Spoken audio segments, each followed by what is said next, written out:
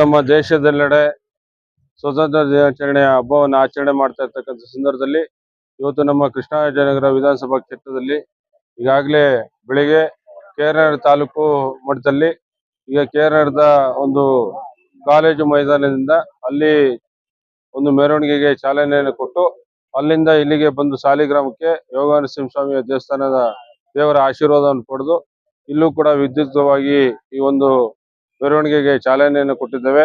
ನಾನು ಈ ಸಂದರ್ಭದಲ್ಲಿ ನಾಡಿನ ಸಮಸ್ತ ಜನತೆಗೆ ಸ್ವತಂತ್ರ ದಿನಾಚರಣೆಯ ಶುಭಾಶಯಗಳನ್ನ ಕೋರ್ಲಿಕ್ಕೆ ಇಷ್ಟಪಡ್ತಾ ಈ ಒಂದು ಸ್ವತಂತ್ರ ದಿನಾಚರಣೆ ಅಂಗವಾಗಿ ಏನು ಇವತ್ತು ನಮ್ಮ ಸ್ವತಂತ್ರವನ್ನ ಕೊಡಿಸುವಂತ ನಿಟ್ಟಿನಲ್ಲಿ ಸಾಕಷ್ಟು ಜನ ಬಲಿದಾನವನ್ನಾಗಿದ್ದಾರೆ. ಸಾಕಷ್ಟು ಜನ ನಮ್ಮ ಹೋರಾಟವನ್ನ ಮಾಡಿ ಇವತ್ತು ನಮ್ಮ ನೆಮ್ಮದಿಯಾದಂತ ಬದುಕಿಗೆ ಮಾಡುವಂತ ನಿಟ್ಟಿನಲ್ಲಿ ವಾತಾವರಣವನ್ನ ಕಲ್ಪಿಸಿಕೊಟ್ಟಿದ್ದಾರೆ. ಅವರೆಲ್ಲರಿಗೂ ಕೂಡ ಈ ಸಂದರ್ಭದಲ್ಲಿ ನಾನು ನಮನಗಳನ್ನ ಸಲ್ಲಿಸುತ್ತಾ ಇವತ್ತು ಸ್ವತಂತ್ರ ದಿನಾಚರಣೆಯ ಅಂಗವಾಗಿ ಎಲ್ಲರಿಗೂ ಕೂಡ ಶುಭವಾಗಲಿ.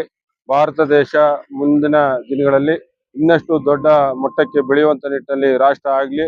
ಅದಕ್ಕೆಲ್ಲರೂ ಕೂಡ ನಾವು ದೃಢ ಸಂಕಲ್ಪವನ್ನು ಮಾಡಿ ಎಲ್ಲರೂ ಕೂಡ ನಮ್ಮದೇ ಆದಂತ ರೀತಿಯಲ್ಲಿ ಶಕ್ತಿಯನ್ನ ನಮ್ಮ ಭಾರತಾಂಬೆ ತಾಯಿಗೆ ಎರೆಯೋಣ ಅಂತಕ್ಕಂಥ ಮಾತನ್ನ ಈ ಸಂದರ್ಭದಲ್ಲಿ ಹೇಳಿ ಎಲ್ಲರಿಗೂ ಕೂಡ ಮತ್ತೊಮ್ಮೆ ಸ್ವತಂತ್ರ ದಿನಾಚರಣೆ ಶುಭಾಶಯಗಳನ್ನ ಕೋರ್ಲಿ ನನ್ನ ಮಾತನ್ನು ಮುಗಿಸ್ತೇನೆ.